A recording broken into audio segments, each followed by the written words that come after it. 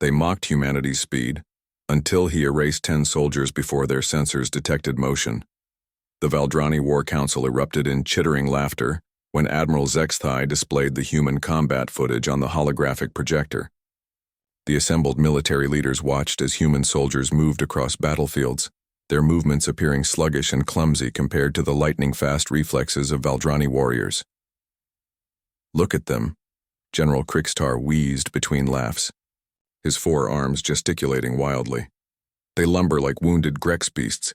Their reaction times are pathetic, nearly 3 times slower than our slowest recruit." Commander Velnix nodded in agreement, her serpentine head swaying with amusement. "The intelligence reports confirm it, Admiral. Human neural processing speed is fundamentally inferior. Their muscles fire slower, their reflexes are delayed. How did such a primitive species even reach the stars?" Admiral Zexthai's mandibles clicked in satisfaction. The Terran Alliance had been expanding too aggressively for comfort, claiming system after system with their crude but numerous fleets. But this biological weakness would be their downfall. The Valdrani Empire would crush them in ground combat, where speed and reflexes determined victory. "Deploy Strike Force Omega to the human colony of New Geneva," Zexthai commanded. 10 of our finest speed warriors should be sufficient to eliminate their entire garrison. We'll broadcast the slaughter across human space. Let them see what happens when they challenge a superior species. 3 standard days later, Strike Force Omega descended on New Geneva under cover of an ion storm that scrambled communications. The 10 Valdrani warriors were the elite of the elite, genetically enhanced soldiers whose cybernetic implants allowed them to move and react at superhuman speeds. Their target was the Colonial Defense Headquarters, defended by a single human squad. Sergeant Marcus Chen watched the alien dropship through his scope, positioned on a ridge overlooking the landing zone. His squad was scattered throughout the facility below, ready to spring their trap. The Valdrani had made one critical error in their assessment of human capabilities. They had only observed humans fighting other humans. "Remember," Chen spoke, into his comm, his voice calm despite the odds. "They're fast, but they think linearly. They've never faced an opponent who could think 3 steps ahead while moving like molasses." The Valdrani emerged from their ship like silver blurs, their movements so rapid they appeared as streaks to unaugmented eyes. But Chen's eyes weren't unaugmented. None of the human special forces were. The neural interface behind his ear hummed, softly, time seeming to slow as his enhanced perception engaged. What the Valdrani had failed to understand was that humans had never relied solely on raw speed. They were ambush predators, pack hunters who used cunning and coordination to bring down prey far stronger and faster than themselves.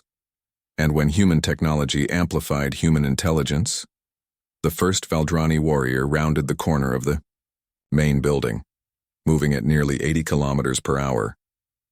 Chen's rifle was already aimed at the precise spot where the alien would appear, his finger tightening on the trigger 0.7 seconds before his target came into view. The hypervelocity round punched through the warrior's enhanced armor, dropping him instantly. The other 9 Valdrani froze for a split second, their first mistake. In that microscopic pause, Private Rodriguez's carefully timed explosive charges detonated, channeling the aliens into a predetermined kill zone. Corporal Yamamoto and Specialist Singh opened fire from concealed positions, their shots perfectly coordinated through their shared tactical network. The Valdrani spun and weaved, their incredible speed allowing them to dodge individual shots, but they were moving exactly where the humans had predicted. Chen's squad wasn't trying to track their movements. They were shooting where the aliens would be, guided by probability algorithms and pattern recognition software that had analyzed thousands of hours of Valdrani combat footage. 3 more warriors fell in the first exchange, their speed meaningless against bullets that were already waiting for them. The remaining 6 attempted to scatter, but found their escape routes blocked by pre-positioned mines and automated turrets. The engagement lasted exactly 4.7 seconds from first shot to final kill. The human sensors registered the Valdrani presence at 4.2 seconds after all 10 warriors were already dead. Chen stood slowly, his enhanced reflexes powering down as the threat passed. Around the compound, his squad mates emerged from their positions, methodically checking the alien corpses. Not one human had been wounded. "Control, this is Razor Squad," Chen reported. 10 hostiles neutralized, no friendly casualties. When the footage reached Admiral Zexthai, transmitted by automated Valdrani equipment, the War Council fell silent. They watched in horror as their fastest warriors were systematically eliminated by humans who appeared to be moving in slow motion. Their shots fired seemingly at random until the pattern became clear. "Impossible," whispered General Krikstar. "They were shooting at empty air." "No," Admiral Zexthai corrected, his voice hollow with realization. "They were shooting at the future." The Valdrani had been so focused on the speed of human reflexes that they had completely missed the true danger, human intelligence. While they had enhanced their bodies to move faster, humans had enhanced their minds to think faster. The organic neural networks, augmented by quantum processors, could calculate probability matrices and predict enemy movements with terrifying accuracy. Commander Velnix studied the tactical breakdown, her scaled hands trembling.